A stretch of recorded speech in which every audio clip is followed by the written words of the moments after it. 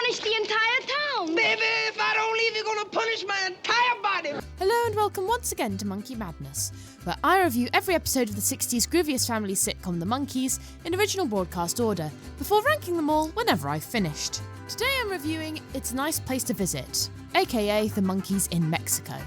The Monkees break down in the middle of Mexico. Unfortunately, Davy falls for the girl the local bandit has his eyes on. Cowboy pastiche ensues. What a great start to this series! There are so many great jokes here, with one my brother and I ended up quoting a lot for some reason. Give me my lucky holster. Lucky holster? Which one's your lucky holster? The one with a gun in it.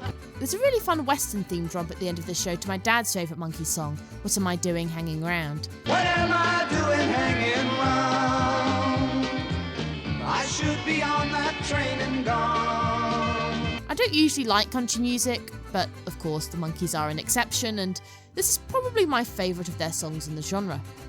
We can already see a departure from the previous series, and TV structure in general, by ending with the climax romp and not having any kind of final resolution seen at the end, the first sign of changes to come.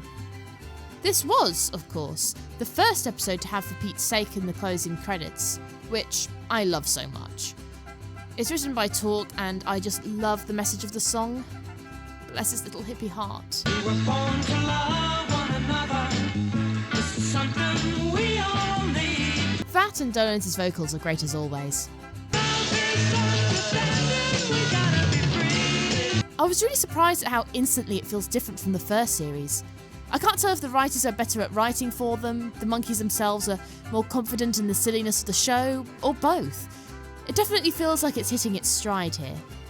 The laughs track is still here, of course, but thankfully they do get rid of it later in the series. If you've seen my reviews on Series 1, you know that I'm going to be bringing up the racial stereotyping, but honestly I don't think it's that bad here. Of course, I'm going to recommend you don't show this episode to very young children due to the stereotypes, but I will say that I definitely don't think it's as bad as previous episodes like Monkey Chow Mein and Son of a Romani person, which were both as egregious as you could possibly be with this. From a cursory glance at the names on IMDb, it looks like only the love interest and the main villain weren't Hispanic, and the latter appears to be the only one wearing fake tan. I'm just erring on the side of caution here, and if you're going to the comments to complain about me doing that, I'm saving my thoughts on you for Everywhere a Chic. So make sure you subscribe and hit the bell icon to make sure you're the first to see that. Going back to the cast, Peter Whitney is good as El Diablo. He's probably not the best they've had of the show, but he's certainly good. All of the character actors in these villain roles tend to be. If you try to resist, you will suffer indescribable torture. And if I don't resist? Describable torture. Cynthia Hull is playing it straight, like pretty much every actress playing a love interest on this show, but I will say that I think she and Davy have above average chemistry. Angelita. That's a very pretty name. It means little angel. My name's David. What does David mean? David means business, baby. All in all, great episode. It really sets the tone for the rest of the series, which is the one I prefer out of the two.